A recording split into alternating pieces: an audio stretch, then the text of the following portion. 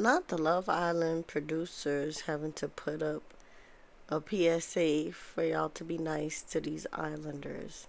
Not y'all, but y'all, right? So remember, we don't know these people personally.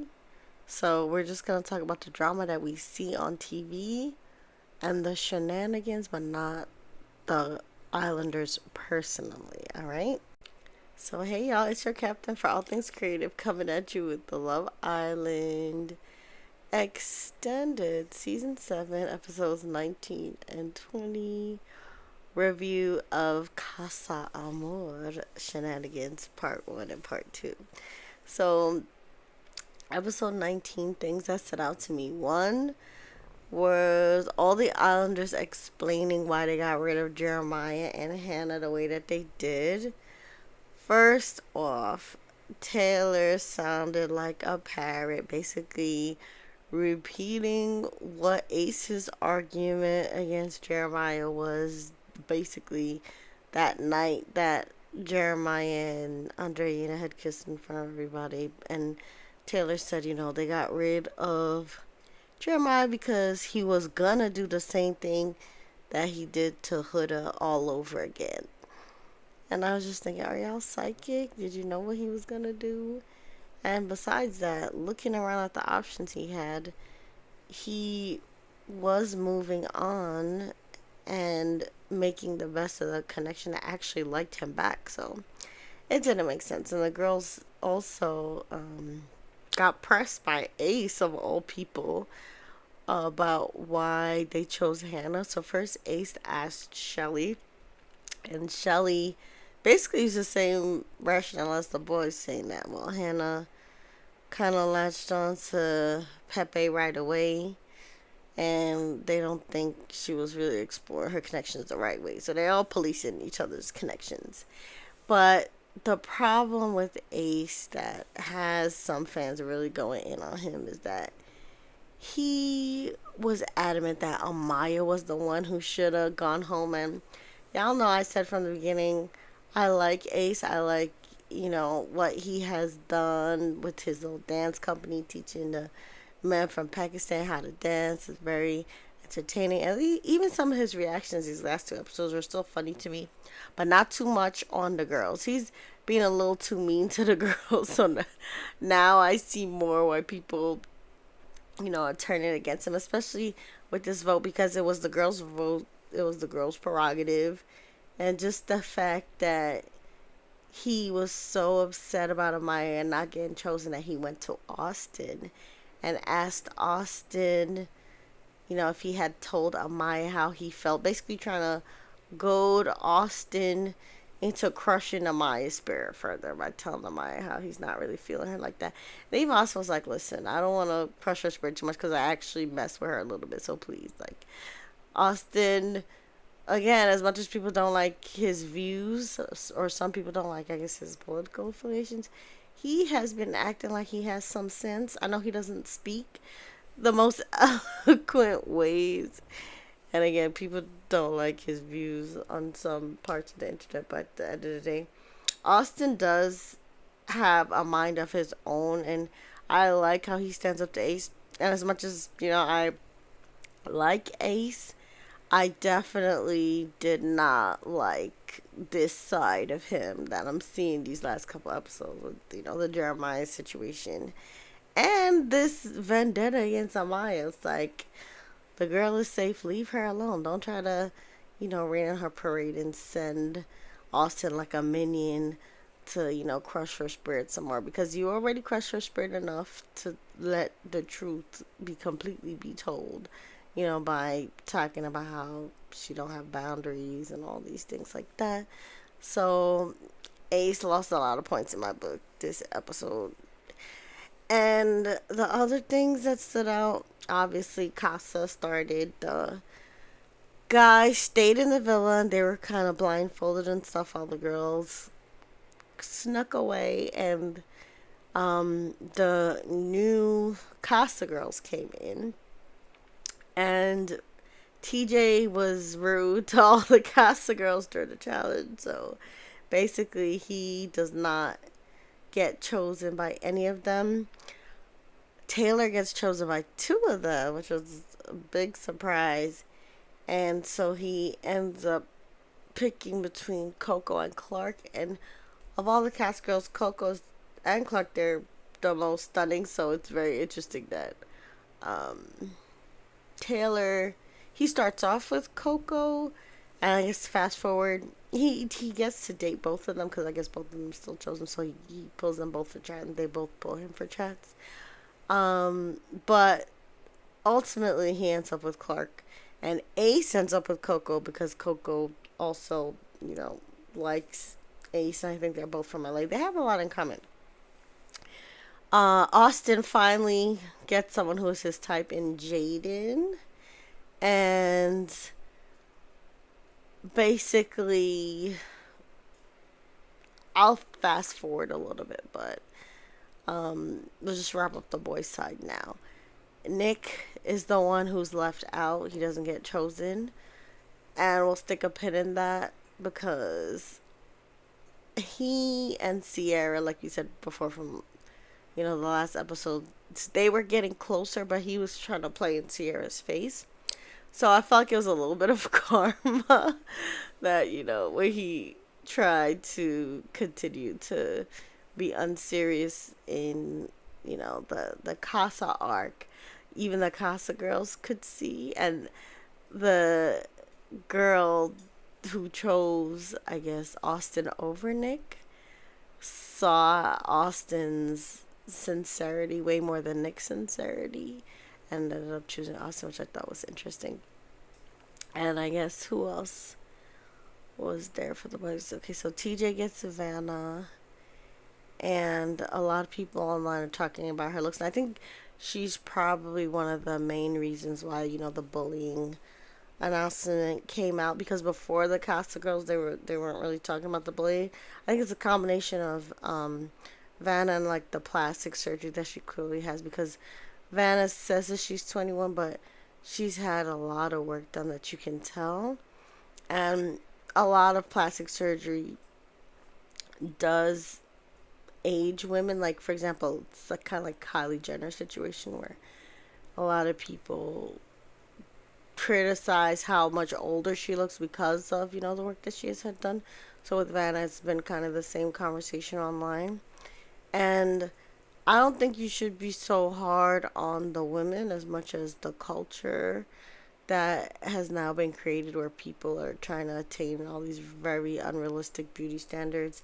And I think the doctors themselves who prefer to take money rather than, you know, really advise some of these young clients, especially, to maybe just do facials, do skincare to take care of your skin. You don't have to be so drastic as to get Botox and filler. But at the end of the day, if that's what people want, they're going to find ways to get it, because there are even celebrities that have gone to, you know, unlicensed people to get like basically fix a flat and all kind of bad chemicals in their body. I know K Michelle has been very public about, getting rid of the artificial things that she's put in her body and correct some of the surgeries she's had. So it's a systemic problem. So again, I think Peacock is right to remind people to not be too hard on these girls, especially these very younger girls like Vanna.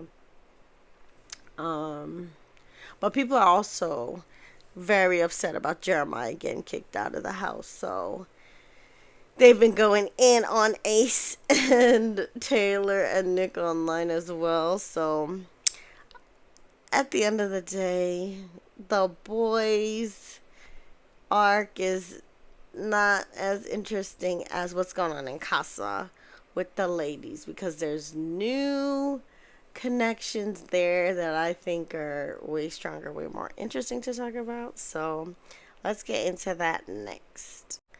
So on the girls' side at Casa proper, the pairings went down and Amaya Papaya is left single, and I was so nervous for her all the way to the end when thankfully Zach K chooses her after Maya puts in a lot of effort. She pulls him from multiple chats.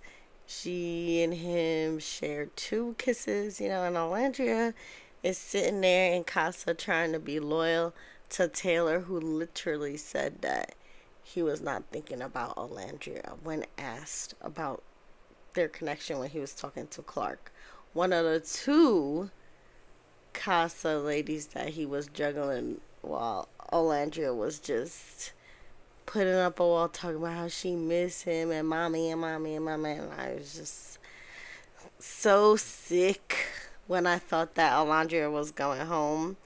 And all the girls were crying. You had Huda crashing out again next to Shelly, who was crashing out and running to Olandria and crying, and Olandria staying strong and classy the whole time.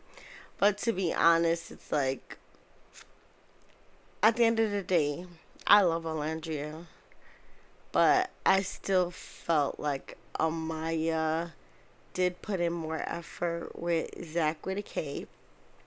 And I think Zach with a K was one of the best guys in Casa. I can't wait to see how he and Ace bump heads, because Ace has been acting like the leader of the Casa, but Zach K is not a follower at all. And Zach K, I think, is a good match, for Ace in terms of who's the alpha of the villa, and I think Chris pairing up with Shelly is also gonna rattle Ace a little bit. So the girls have made a lot of interesting connections that I think will shake up the villa a lot, especially for Ace. And Olandria and her being in danger basically took up the whole episode for me. But at the end of the day, I think the choice was fair. Olandria gave Zach with a K nothing. Amaya gave Zach with a K, a lot more effort and energy, and he had to honor that. And I like how Zach apologized to the women, because he said, he knows that they were all friends, and he did feel a little bit like a villain, you know, sending one of the girls home effectively by not choosing one of them. But he said basically that's what he had to do, and he had to, act in his own best interest, especially because Olandria clearly was hung up on Taylor, so he was not gonna make it long term anyway. Even if Olandria showed him a little attention and he chose her, it was clear that she would probably go back to Taylor after. So Zach K absolutely made the right choice, and Shelly even reassured him that no, you're not a villain. You did what you had to do. So it was no hard feelings, but Olandria did curve Zach when Zach tried to pull her aside to just, like, I guess apologize to her personally. And Olandria just said, save your words. And I was like, ooh, keep your head up high. Don't let them see you sweat. Olandria's like, Gators don't sweat. I am not gonna cry. I'm not gonna cry. I'm not gonna shed no tears. She was just being so amazing, but that made me like tear up. But then, come to find out, to our pleasant surprise, Olandria is riding in the luxury car on her way to go scoop up Nick, who was also eliminated, like we said. So I think Olandria and Nick are going to be a pair returning back to the villa, because they did say that everybody's going to get a chance to return to the villa. But I think to put the pressure on, all the Islanders and Casa people, they had this coupling and recoupling so that they could truly figure out, who could make good connections. And I think the way that they redid Casa in this way compared to the past, at first it annoyed me a little bit, because I agree with what Huda's take was, that Casa's supposed to be fun, and at the end of the day, the way that Casa was designed was fun just for the Islanders, but not for the Casa people themselves. And it came up at the reunion, actually, with Daya especially, who was one of the Casa girls that broke up or got in the way, I guess, of Cordell and Serena, who were, the winners. And she said she had gotten a lot of hate mail and it was very hard. And some people would say that, okay, the bombshell role is hard because the bombshell's job, is to break up people. But especially the Casa girls, they're kind of in the past viewed as the ultimate like temptation test, and they were used rather in the past as kind of like a means to an end, more so than the bombshells who would sometimes replace OGs in the villain and would get a more fleshed out storyline. The Casa people, sometimes you never see them again after that one night, so, or one arc rather. So I think the producers, and maybe it's because of Ariana, having a heart during the reunion and listening to the side of the Casa girls like Daya. And the change, even though it was a little jarring, I think it humanized the experience way more for the Casa people so that they're not seen as just tempters or Jezebels or, you know, these objects to either be used and discarded for fun, but rather they had to couple with them seriously. And again, Ariana told them that all of them would come back to the villain, all of them would have a chance at love. So even though it was a little jarring at first, and Huda was, you know, saying that it took the fun out of it because it wasn't, you know, just a mindless, hedonistic getaway in the way that it was in the past. And there were consequences to not talking to people with, the coupling, the recoupling, and then people getting sent home if they didn't make good connections.